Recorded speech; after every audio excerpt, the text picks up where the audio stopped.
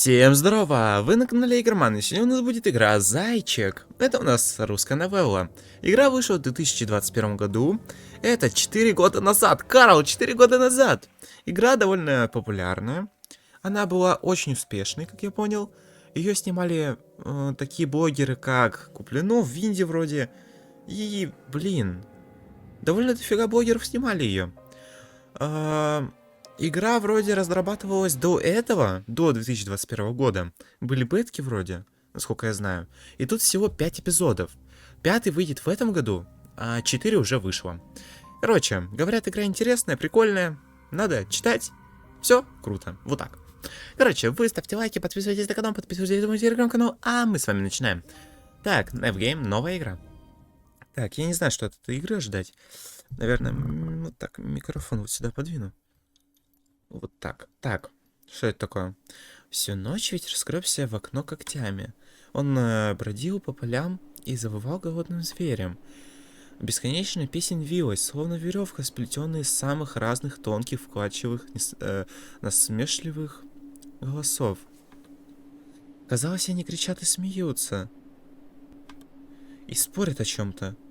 Кто-то носился по снегу, отбрасывая длинные тени. Они то подходили к кровати, то отступали. Дом жил своей жизнью, скрипучей жизнью старых зданий, которые помнят столько всего и будто пытаются рассказать. Одинокий дом глядел на лес, а чащоба смотрела в ответ своими глазищами и дуплами и шуршала, шумела, кивала. Можно выйти и постоять у кромки леса, просто чтобы убедиться, там, за кривыми деревьями, никого нет. Смутные, мотающиеся на ветру силуэты не причинят вреда. Это же игра света и тени. Просто такая игра. Я понимаю, что это лишь мое воображение. Мне ведь уже 12. Но все же... Лиса. Это узор на окне был. Все, понял. О. Слышите? Прикольно. Музычка такая приятная, если честно. Эпизод 1. Прилети сова. Это на кухне. Да. Либо на кухне, либо в столовой. Убери книгу Ой-ой-ой. немедленно. Ой-ой-ой. Я испугался. Хорошо, уберу. Сколько раз говорила, не читай за столом, вредно. Сидишь, сутулился весь. Хорошо, мама, я убираю. Так, что делать? А, убрать вот. Ладно, не будем баловаться. Убрать. И чё? Я послушно отложил книгу о похождениях Конана Варвара. Я все равно я прочитал одну и ту же строчку 3 раза и ничего не понял. Я прям такой же. Оля уже позавтракала и взялась за печенье. Хрустела с аппетитом, как девочка из рекламы. Пока не съешь, из-за стола не встанешь. Хорошо, я понял тебя. А я все буравил взглядом манку, словно надеялся, что она рассосется сама по себе. Смутная тревога распирала. Все из-за бессонной ночи, черного леса, огибающего двор и угрюмого ветра. Чем дольше я тянул, тем холоднее становилась комканная белая масса. Будто медуза из подводной Одиссеи Куста. Обожаю эту передачу. Интересно, на дне океана очень жутко? Насколько я знаю, там очень темно и страшно. Я просто очень плохо знаю там про рыбы всякие. Но вроде там темно на дне. И рыбы какие-то опасные водятся. А ночью в холодном лесу? Ну это логично. В лесу у нас медведи, волки, лисы. Кто еще? Ну, зайчики. Но там темно и холодно. Особенно в зимнем. Ложка выпала из руки. Мама плеснула студенным взглядом зеленых глаз. Что я говорила? Ты говорила покушать? Я достану. Нашего героя зовут Антон. Хорошо, я достану. 10-секундная передышка перед новым сражением с гадкой кашей. Я нащупал ложку. А что это такое нацарапано снизу на столешнице? Карина. Ха! Это же мамино имя. Видимо, это она в детстве наскорябала чем-то острым. Оказывается, хулиганкой была, мебель портила. Ох, меня бы она за такое неделю ругала. Напомните ей шалости? Нет, что-то она не в духе в последнее время. Я вообразил, как она, моя ровесница, сидела здесь под столом. Интересно, в детстве мама боялась темноты? А шороха на чердаке?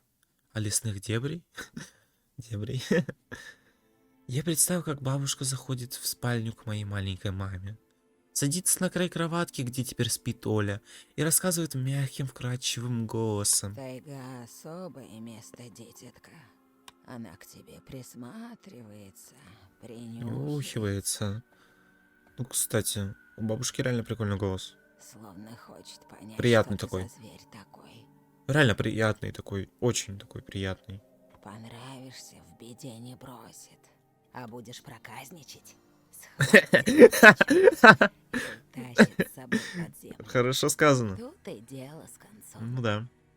Бабушка была ласковой и никогда ни с кем не ссорилась, не ругалась.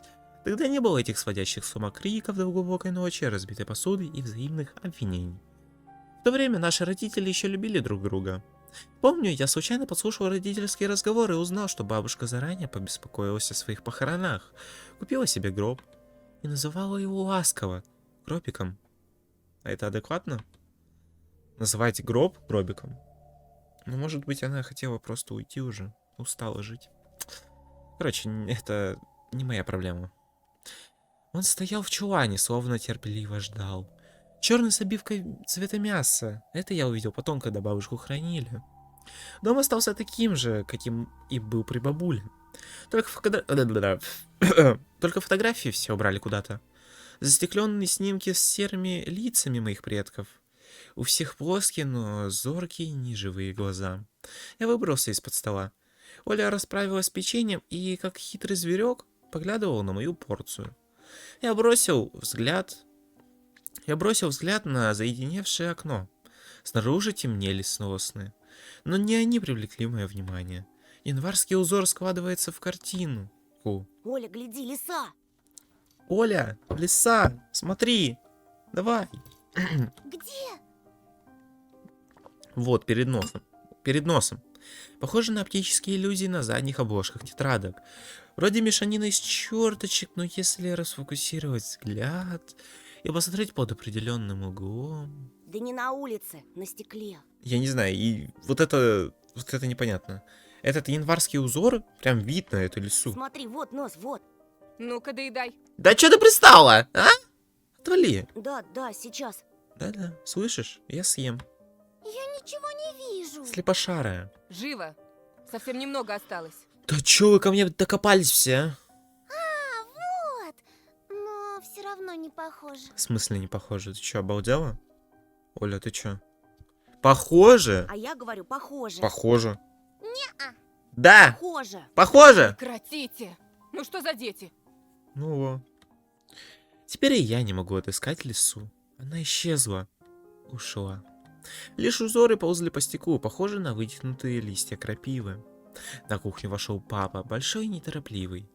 Хочу, когда вырасту, стать как он, бородачом. Кстати, я не знаю, мне почему-то борода и усы вообще не нравятся. Как будто бы мне это вообще не идет.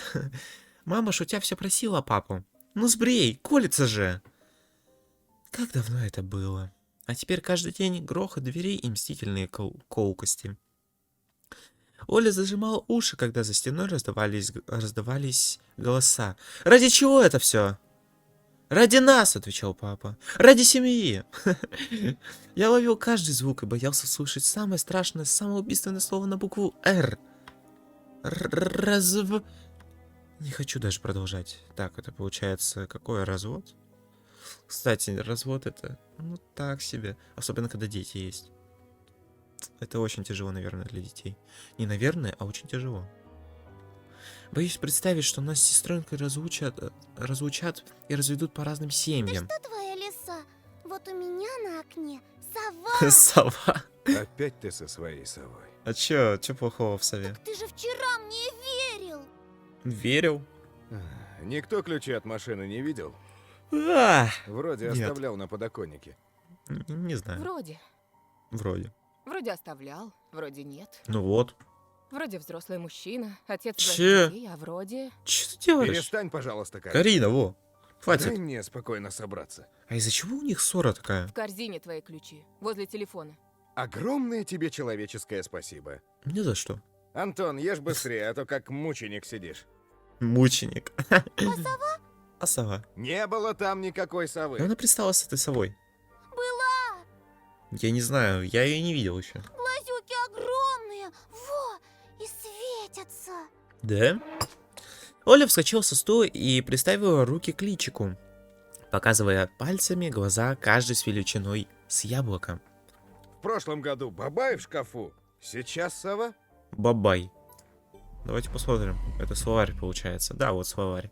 Так, бабай в славянском фольклоре ночной дух. Воображаемое существо, упоминаемое родителями, чтобы запугать непослушных детей. Хорошо, все, я понял ваши вот эти всякие бабай, кто там еще дебри, я всех понял. Короче, это ваши специальные шутки родительские, чтобы запугать детей.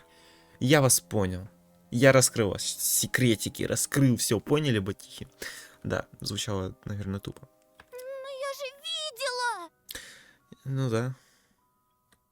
Оля переводила взгляд с отца на маму, потом на меня, но нигде не находила А ты поддержки. не думала подружиться с ней, нет? Ой, отец, ты чё? Папаша, ты чё? Долбанутый? Вымышленными мышами покормить. Это например? было лишнее. Не подначивай ребенка. Во. Просто мала еще. И спать одна боится. Оля капризно надула губы и опрометью вылетела в коридор. Заскрипела лестница, ведущая на второй этаж. Мама строго посмотрела на отца. Вот этот взгляд. Прикольный взгляд такой. Ох, этот взгляд. Как же неуютно под его прицелом. Ну, конечно, ну, что это за взгляд такой? Вот это я понимаю строго. Папа лишь фыркнул и ушел, звеня связкой найденных ключей. Спустя минуту на весь дом раздалась мелодия из «Русалочки». Это была затертая до дыр кассетная пленка, которую папа уже склеивал однажды. С вещами все просто. Их можно починить или вот склеить. А как быть с отношениями? Вот, это, кстати, хороший вопрос. Я на него не могу ответить. Но их можно склеить, Хотя я не знаю. Отношения — это тяжелая штучка. Мама ушла в гостиную, и я остался один, обеспокоенно поглядывая в окно. О, нифига себе. С тех пор, как мы переехали в этот старый дом, Оля плохо спала. Ворочалась в постели или съеживалась клубочком под одеялом. Порой вскакивала среди ночи, чтобы включить видеомагнитофон. Мультфильмы помогали отвлечься от переживаний из-за переезда, родителей. Ой, что это такое? Это сова? Вот это сова? Это какой-то мутант. Давайте вот так на превьюшку. Пойдет. А потом Оле привиделось это огромное крылатое чудовище за окном. Она стала одержима совой. Одержимая совой. Что за бред? Чего только родители не делали. На какие ухищрения не шли, чтобы искоренить ее страхи. Оля напрочь отказалась спать одна и не верила, что сова была всего лишь дурным сном. После сегодняшней ночи я не знал, что думать. Как теперь относиться к словам сестры? Могут ли кошмары быть заразными? Прошлой ночью я лежал без сна и думал о том, что ждет меня в новой школе. До занятий оставалось несколько дней. Воображение рисовало длинные извилистые коридоры. Они приводили к классу, заполненному детьми, но ученики за партами были темными силуэтами, словно вырезанными по трафарету контурами. Кстати, когда я в первый когда, короче, в первый класс только пошел, ну, до него оставалось там пару дней, я, короче, думал, а как будет в первом классе? Типа, как будут выглядеть вот эти кабинеты, как будут выглядеть учителя, дети, как... Короче, мыслил так же ночью прям, как и Антон. Прям в точь-в-точь. И всегда делаю это на протяжении 7 лет. Вот, я в 7 классе, в следующий пойду в 8, получается. Я все время перед 1 сентября ночью резко задумываюсь, что обо мне подумают. Ну, конечно, не в новой школе, я всего лишь в 2 школах был. Ну, а так пойдет. Не знаю, зачем вам такая история, но это чуть-чуточку больше обо мне. Но ученики за партами были темными силуэтами, словно вырезанными по трафарету контурами.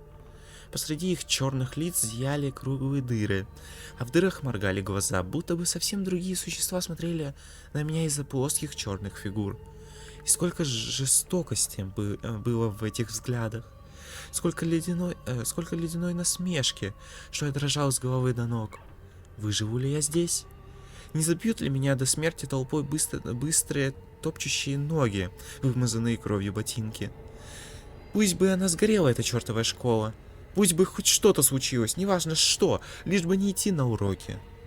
Не видеть людей, которые только и мечтают дать оплеуху, поставить подножку, придумать очередное прозвище, еще оскорбительнее, чем предыдущее.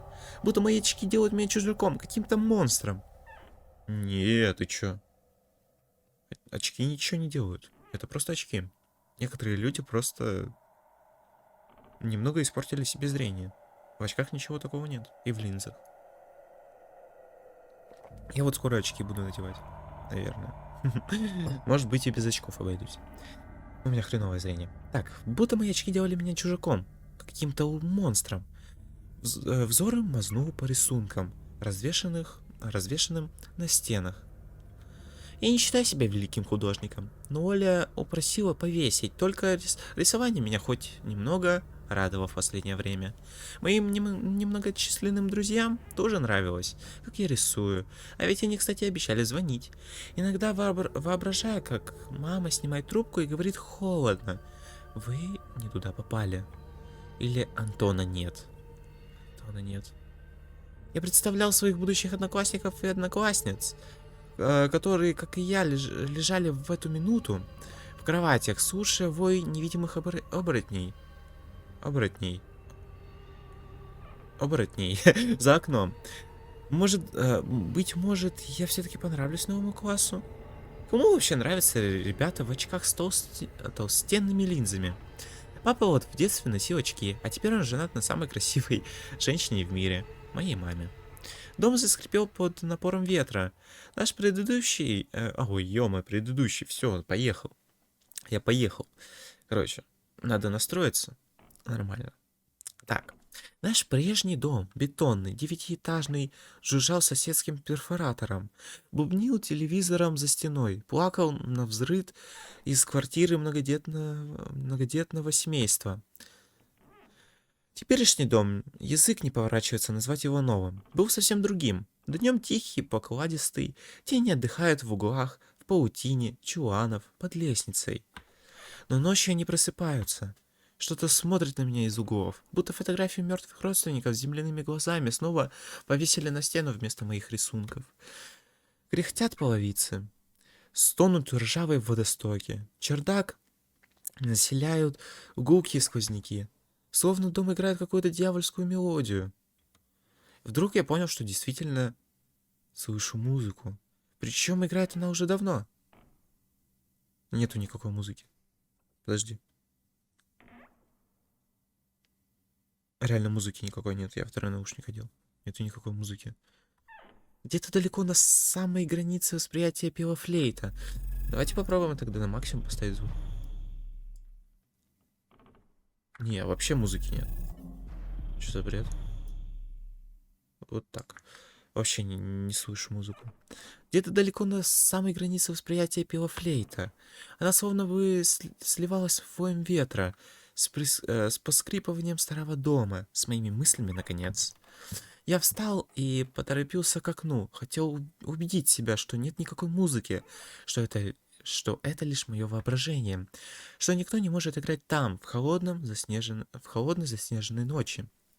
Открыть. Вот звук есть, а музыки нет. Открыть.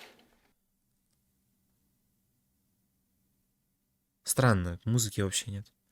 Там в поле кто-то танцевал, черные фигуры едва различимые на фоне темного леса. Залитые лунным светом, они резко подпрыгивали и припадали к сугробам. Катались в снегу и ползали на четвереньках. Мне вспомнились истории о волках, играющих под луной. Но это были не волки. Они вставали на ноги, водили хоровод, вздымая вихри снега, растворялись во мраке и появлялись вновь. Творилось что-то странное. Пляска теней в беззвездной тьме распаляла воображение и одновременно нагоняла тревогу. Ё-моё. Вот это, кстати, неожиданно было страшно. Вдруг музыка стихла. Танцующие застыли, и я готов был поклясться. Уставились на меня. Внезапно одна из фигур отделилась от странного карнавала теней и ринулась по полю, мощными прыжками, преодолевая расстояние. Волк, ну конечно. Она скользила, не оставляя вмятин на хрустном Насте, пока угольная тень дома не поглотила ночное существо, став еще гуще и чернее. Сердце заметалось птицей в клетке. Я отправился к кровати, успев рывком задернуть шторы. «Меня видели!» Страх окатил ледяным потоком. Стоя в темной комнате, я слышал, как снаружи возится и скребется незваный гость, как он мечется по двору, выискивая вход. Звук ушел вправо, обогнул дом. Сейчас гость окажется на пороге. Я кинулся в постель, укрылся с головой, и словно одеяло могло меня защитить. Страх сковал мышцы. Я вдруг снова вспомнил о похоронах, как бабушка лежала, скрестив руки, с заострившимися чертами лица, похожая на восковую куклу, а по ножкам стульев, на которые водрузили гроб, ползли муравьи. Я представлял тогда, что они взберутся на голову бабушки и лапками поднимут ей веки. Ё-моё, как же это мерзко. Тогда бы сморщенные глазные яблоки шевельнулись в гнездах, и бабуля вновь бы увидела внуков. Там, на похоронах, я повторял мысленно слова заговора, которые она меня научила. И лежа под одеялом, прислушиваясь к скрипу и вою, я шептал эти слова. На острове Буяне, в синем океане, стоит домовина, в ней сало и глина, волосы седые, чертям еда, раба Божьего Антона не тронут никогда. Вау, прикольно. Если забудут дорогу к дому, мертвые к мертвому, живое к живому. Непонятные шумы утихли. Я осторожно высунулся из-под одеяла, чтобы увидеть, как под потолком, словно висельник, колышется штора. И тут ночь ошпарила меня новой порцией кипящего ужаса. Звук резанул по ушам. Что-то царапало входную дверь. Быстро скорбило когтями, плотно, требуя впустить его. Дверь заперта. Папа стал осторожным. И... Это что, волк? Серьезно? Настоящий волк? Не тень обычная? Папа стал осторожным и крутил надежный замок. Помню, как он долго и напряженно вглядывался в лес, словно выискивал в нем кого-то. Мертвое к мертвому, живое к живому. Там что-то разбили. Я поджал колени, уткнулся в них подбородком и засверлил взглядом межкомнатную дверь, такую хлипкую и слабую перед мощью темноты. И вдруг... Ой-ой-ой, дверная ручка робко повернулась. Затем дернулась раз, другой, будто у того, кто пытался открыть дверь, не было рук. Ручка вновь кивнула и неожиданно защелкала бешено! От страха у меня свелась челюсть, мокрые пальцы комкали одеяло. Дверь заскрипела и отворилась.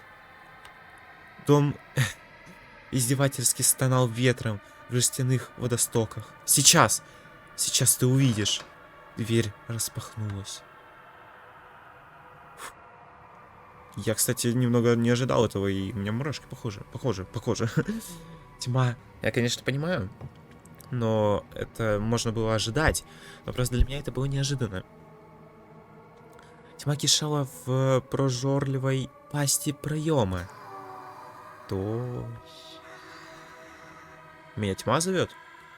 Словно сама ночь обращалась ко мне, то хлопая черными крыльями, то скрипя несмазанными петлями. Мрак был паутиной, облепившей углы комнаты. Я дрожал в его коконе и ждал, когда из черного провала выступит тот, кто соткал паутину. Да кто там? Выходи! Вот, знаешь, напугать меня один раз и все. У меня все чтение пошло по одному месту. Мышцы живота заныли. Грудная клетка расправилась, готовая выпустить отчаянный вопль. Но прежде чем я закричал, темнота спросила. «Сестренка!» «Привет!» Бледное лицо сестры выплыло из густой тени. Я готов был вскрикнуть от облегчения. Оля, я не сплю. Что случилось? Ну не, я там ныл, я плакал, я там молился. А так, все нормально. Перед тобой я храбрый рыцарь. Принц. Но Сиколи сморщился, а нижняя губа оттопорилась. Оттопорилась, да. Верный признак, что с секунды на секунду сестра расплачется. Оно опять прилетело и пялится на меня. Ты не поверишь мне, наверное, я тоже такой чудной человек. У меня там хоровод животных какой-то проводили. Там был волк, вроде лиса, сова как раз-таки вроде была, или не было совы, я уже не помню. Там, короче, животные, и на меня побежал волк. Я представляю, как меня в дурку сдают, когда я это объясняю маме. Прогони ее, Тоша. Прогони, пожалуйста. Давайте рашим его. Просто рашим возьмем. Я так боюсь. Ну иди ко мне, я тебя обниму.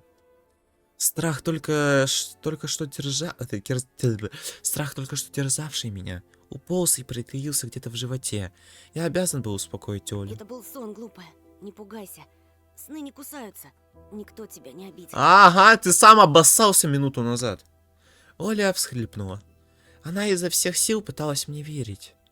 Но верил ли я У сам? меня есть идея. Пойдем к тебе в комнату, видик посмотрим. Спящую красавицу, например. Да хорошо. Тебе же нравится этот мультик? Почему у спящей красавицы птица? У меня это страшная птица. Ну, такова судьба. Вырастешь, и будет принц. Вопрос застал вас врасплох. Ладно, давай посмотрим Золушку. Золушка, кстати, тоже прикольный мультик. Мысли путались, расплывались. Что это было? Что высматривало меня, лихорадочно танцуя под луной? К оконному стеклу прижимались... Ой, ё-моё. К оконному стеклу прижималась тьма, и ее не обманешь старыми бабушкиными заговорами.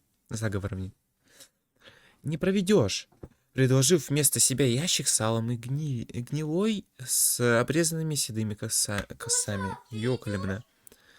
Да, сейчас. Короче, вот один раз испугался, и все чтение пошло прям по одному месту.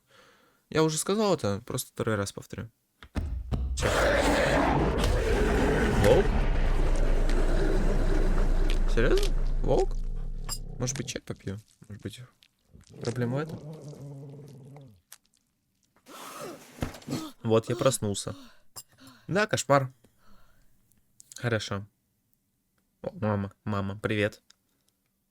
Вот почему утром мне совсем не хотелось смеяться над Олей, и это ее совой. Кто мог прийти к нам в этой глуши? Мы ведь здесь никого не знаем. Настырные какие. От нелепой мысли, что утренние гости пришли прямиком из леса, стало особенно неуютно. В прихожей звучали неразборчивые голоса.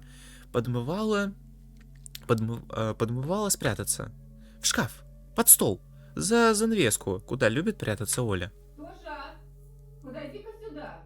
В смысле? Не. Я, конечно, понимаю, но это из-за волка? К ногам словно гири привязали. Я поплелся в коридор.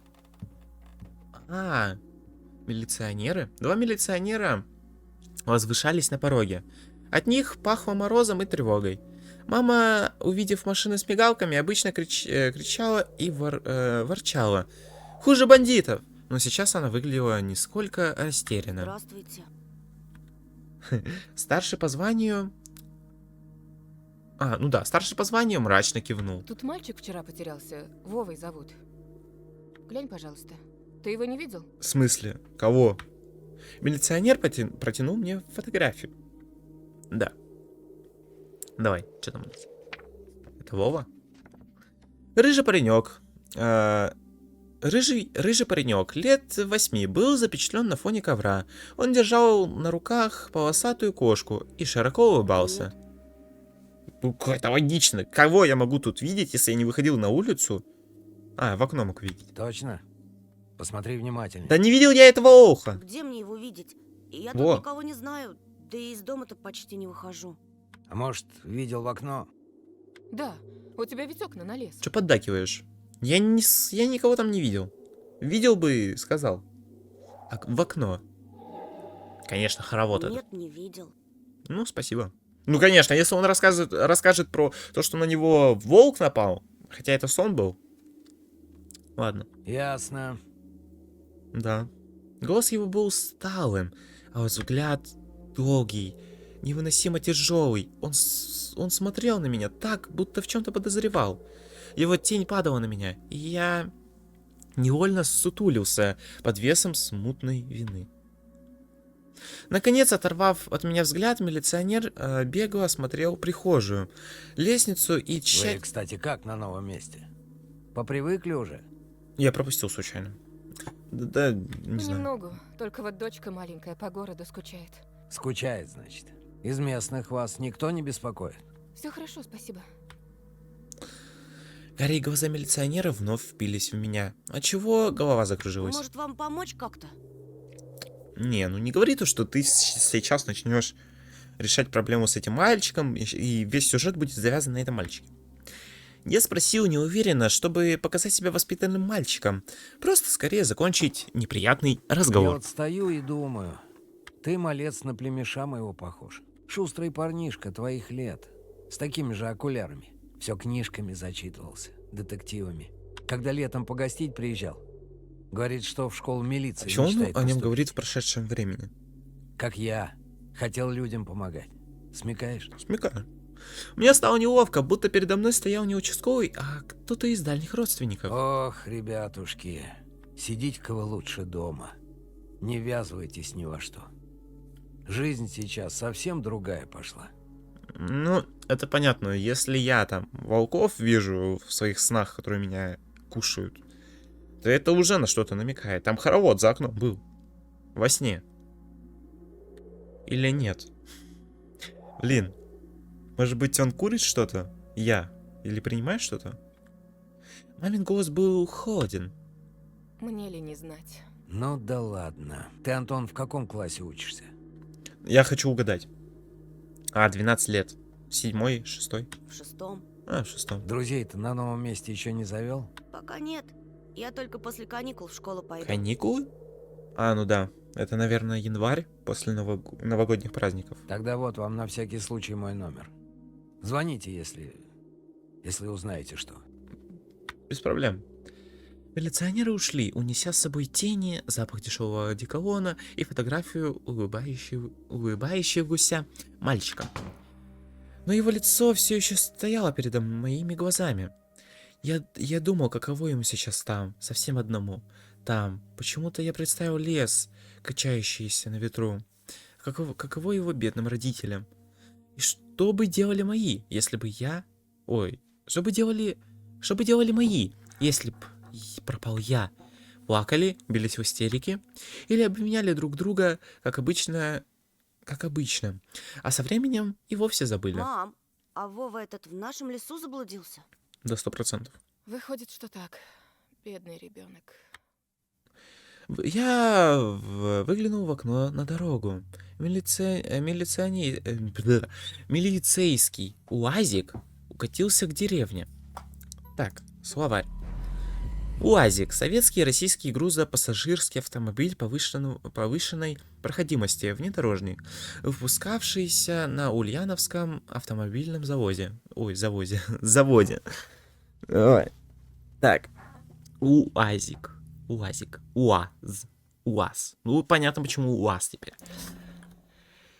Ковыряя расслоившуюся краску подоконника, я почему-то подумал о племяннике участкового.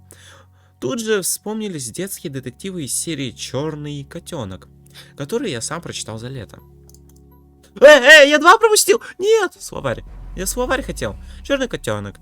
Серия книг современных российских и переводных детективов для подростков. Хорошо. Они искали улики, шпионили за всякими подозрительными людьми, а после захватывающих приключений, бац! И раскрывали запутанное дело. Становились местными знаменитостями и, должно быть, родители ими страшно гордились. Я заметил тонновленную милиционерами цепочку следов, ведущую к лесу. И тут в голове будто щелкнуло. А почему бы не начать собственное расследование? Ой, боже. Может, найду пропавшего мальчика?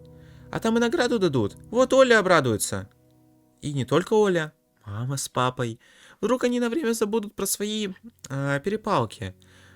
Может, мне даже удастся спасти нас от слова на букву «Р»? Одеваясь, я фантазировал, как куплю Оле тамагочи, а себе плеер и много-много кассет. А еще целую коробку киндер-сюрпризов. Кстати, прикольно. Я бы сам себе киндер-сюрпризы хотел. Только они очень дорогие. Когда в последний раз родители покупали нам игрушки? Осенью, кажется. Когда папа потерял работу, ту самую, которая пелась в навязчивой песне. Бухгалтер. Песня советской женской поп-группы «Комбинация», ставшая широко известной в начале 90-х. Я смутно представлял, чем занимается бухгалтера. Бухгалтера. Считают деньги вроде. Раньше соседи завидовали нам. Теперь у родителей едва хватало на сладости, и один шоколадный батончик папа делил поровну. Мне и Оле. Бывало, я давал ей и свою порцию. Как бы сильно мне не хотелось сладкого. Она же малявка. Малявка. Серьезно, сестру так называть. Хотя прикольно, я тоже называю своего младшего брата так. Малявка. Не терпелось скорее отправиться на поиски Пойду улик. погуляю. Ага, сейчас. Чтобы потом милиционеры с твоей фотографией по Ну домам вот, ходили. видишь, мама о тебе беспокоится. Лес вон какой густой. Ну, А если мальчика звери дикие утащили? Или того хуже? или того хуже. Того хуже пронеслось эхом по Да я коридору. рядом буду. В лес не пойду. Что я тебе сказала? Мне дважды повторять. Не-не-не, не надо. Лучше портфель собери или соли поиграй. Не, Соли скучно играть в портфель через... Вообще завтра соберу. Мне получается через день в школу. Через секунду на кухне зашумела вода. Это означало, что спор окончен, последнее слово остается за мамой. Хорошо. О, что это такое? Юла. Крест. Телефон. Родители запрещают мне звонить по межгороду. А так хочется иногда услышать старых друзей. Бывает, я просто снимаю трубку, слушаю тихое уханье зуммера и далекий треск. Кажется, будто ветер воет в обледеневших проводах. Хорошо. Крест. Это распятие. Видео стольких людей, входящих в дом и уходящих из него навсегда. Черное, словно впитавшие в себя все людские пороки. За долгие годы под этой крышей. После смерти бабушки мама собиралась снять его и повесить над дверью подкову на счастье, но поранилась об острый угол креста и чуть не свалилась со стула. Папа назвал это знамением и наказал оставить распятие на его законном месте. Так, Ю. Мамина Юла семейная реликвия. Маленькая мама играла с ней, а потом подарила мне. После меня волчка по наследству крутила Оля. Всматривалась в танцующее веретено. Словно хотела увидеть там что-то сказочный сюжет или, может, наше будущее. Теперь и сестренка слишком взрослая для старой писклявой Юлы. Ну что, можете отдать это третьему ребенку или вашим детям. Открыть. Темная душная кладовка. Мама говорит, внутри пахнет мышами, но откуда ей знать, как они пахнут? А как они пахнут? Ей ужасно не нравится, когда я суюсь туда. Боится, что порежусь о лезвие недавно заточенного топора. А Олю вообще не заманишь в кладовку. Она считает, что там живет бабай. Я как-то пытался побороть ее страхи. Отворил дверь, включил тусклую лампу. Ну, смотри, ничего нет. Только паутина, папины инструменты и исцарапанные стены. Не поверила. А мне нравится прятаться в шкафу, слушать, как Оля считает снаружи. 3, 4, 5, я иду искать, скрипя половицами. Робко надеюсь, что не придется соваться за мной в тесное логово страшилы. Так, во двор. Не, мама не разрешит. Давайте на кухню. Так. У радио. МЧС России объявила экстренное МЧС предупреждение России. из-за неблагоприятных погодных условий. По прогнозу синоптиков, к региону приближается циклон, из-за которого ожидается сильный снег, метель, снежные заносы на дорогах. Будьте осторожны и берегите себя. А можно еще раз? А, можно еще раз. Машина, в которой он находился, была обстреляна Чё? неизвестными вооруженными лицами. Куплю жене сапоги. Это Чё? просто теория. АО ММС. Я могу еще раз? Да, могу. Чё за музыка? Раз, Два. Лети сова. 3, 4, 5. Время. Поиграть. 6, да, 6. Ты помочишь. Так, подожди, прилети сова. Раз, два, три, четыре, пять. Нет, что там? Раз, два, прилети сова. 3, 4, 5. Время поиграть. Прилети сова — это вроде первый эпизод, вот это называется. Да, прилети сова. Получается, это название всех эпизодов? Ну, хорошо. Так, давай тогда календарь. Ветхий, покрытый пятнами календарь когда-то был моим любимым развлечением в доме бабули. Помню, как просыпался и первым делом бежал на кухню оторвать листок с ушедшей датой, словно от меня зависело, наступит новый день или заплутает где-то в таежном лесу. На сутки ближе к долгожданному Новому году, на сутки ближе к бабушкиным похоронам. К этому старому календарю я не прикасался уже много лет. С тех пор, как описания на обратной стороне сменились с забавных пословиц и примет на темные и мрачные. Ага, понял. То есть, получается, там есть такие, типа, пожелания? Нет, пословицы, как я понял. Блин. Я понял, короче, до меня просто не дошло. Вгоняющие меня в необъяснимое уныние заговоры на смерть. Так, хорошо. Я с осторожностью взял пыльную страницу календаря и без труда сорвал ее. К сожалению, жуткие описания из детства так и никуда не делись и не пропали. Везут бревно на 7 лошадях. Если 7 не повезут, 8-ю подпрягут. Далеко увезут и назад не привезут. Это сбудется, да не минуется. Я скомкал серый лист и швырнул его в мусорное ведро, в надежде поскорее избавиться от нахлынувшей на меня тревоги. Она расползалась, как чернильное пятно на промокашке. Промокашке. Промокашка. Так, хорошо. Открыть. Открыть. Когда-то бабушка хранила здесь мороженое для меня и Оли, а теперь тут только суповой набор да слипшиеся пельмени. Как же они остурчертили. Острочертили.